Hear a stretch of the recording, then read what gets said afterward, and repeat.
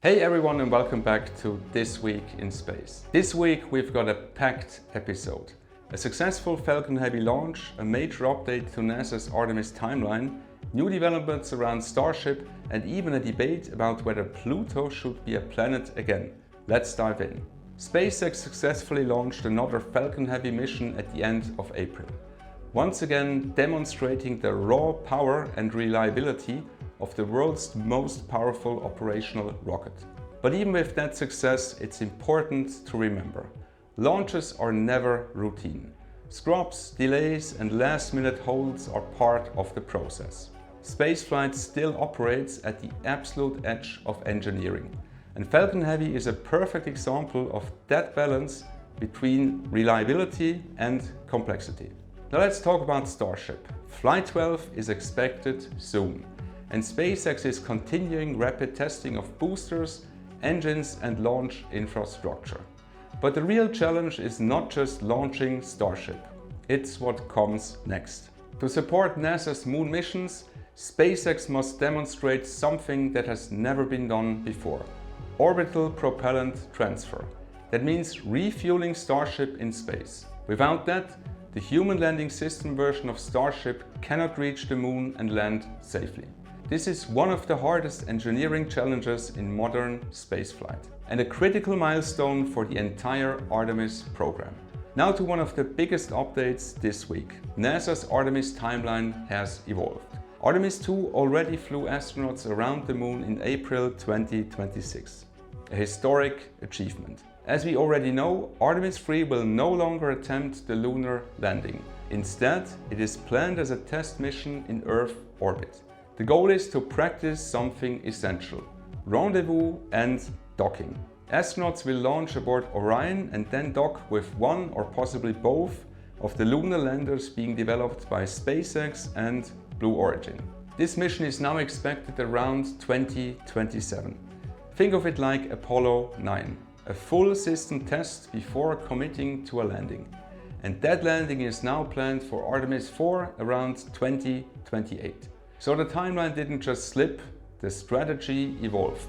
And this has real consequences. For SpaceX, the key challenge remains orbital refueling. That has to work before Starship can land astronauts. For Blue Origin, their Blue Moon lander will also be tested during this phase.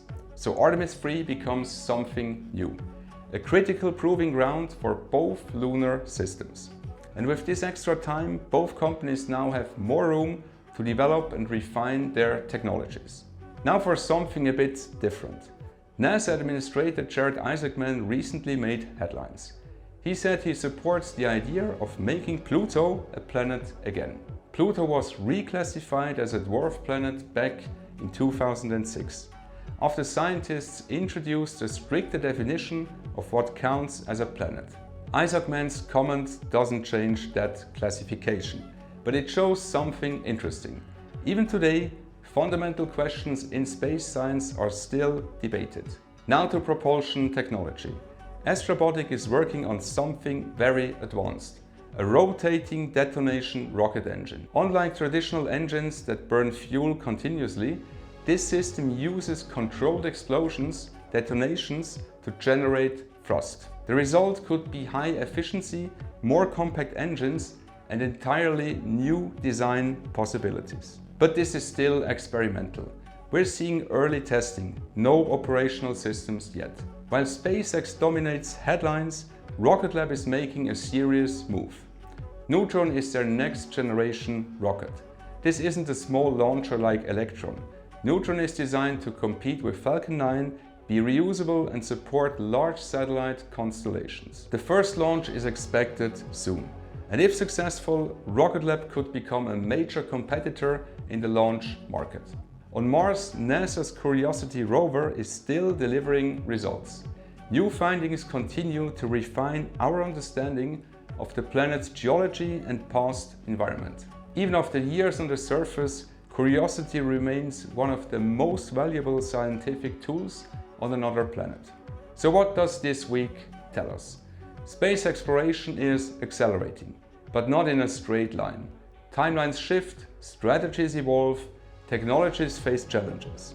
but step by step, we're moving closer to becoming a spacefaring civilization. If you enjoyed this episode, make sure to like and subscribe, and I'll see you next week.